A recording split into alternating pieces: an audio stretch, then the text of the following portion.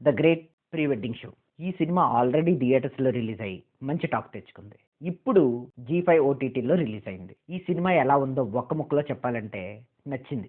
హ్యాపీగా ఫ్యామిలీతో కలిసి నవ్వుకునే ఫీల్ గుడ్ మూవీ ఇది. అలా అని మరీ పడి నవ్వుకోలేం కానీ చూస్తున్నంతసేపు మన ఫేస్ పై ఒక చిన్న స్మైల్ అయితే ఉంటది. ప్రీ వెడ్డింగ్ షూట్ చేసిన తర్వాత మెమరీ కార్డ్ పోగొట్టుకున్న ఫోటోగ్రాఫర్ రమేష్ ఏం చేశాడు అన్నదే కథ. సినిమా మొదలైన 10 నిమిషాలకే మనం ఆ శ్రీకాకుళం విలేజ్ లోకి వెళ్ళిపోతాం. ఇక హీరో హీరోయిన్స్ మధ్య ఆ love, pre wedding shoot, memory card loss అయిపోయిన తర్వాత వాళ్ళు పడే కష్టాలు, దాని నుండి బయటపడే ప్రయత్నం, ఇలా సినిమా అంతా కామెడీతో ఫన్ తో రన్ చేసేసారు. క్లైమాక్స్ సింపుల్ గా ఉన్నా కూడా మనం రెగ్యులర్ గా చూసే ఎక్స్పెక్టెడ్ క్లైమాక్స్ అయితే కాదు. నచ్చింది. హీరో తిరువూరు రెడ్డి మంచి స్క్రిప్ట్ ని ఎంచుకున్నాడు. శ్రావ్య కూడా బాగా చేసింది. మనం రెగ్యులర్ గా చూసే కమర్షియల్ పల్లెటూరు అమ్మాయిలా కాకుండా ఈ అమ్మాయి ఆ పాత్రకి రిలేటబుల్ గా అనిపించింది. ఏదో మన ఊర్లో అమ్మాయిలాగే రిలేట్ అవుతాం. హీరోయిన్నే కాదు, ఆ ప్రీ వెడ్డింగ్ కప్పులు, ఆ విలేజ్ లో ఉండే మిగిలిన క్యారెక్టర్స్ అన్ని కూడా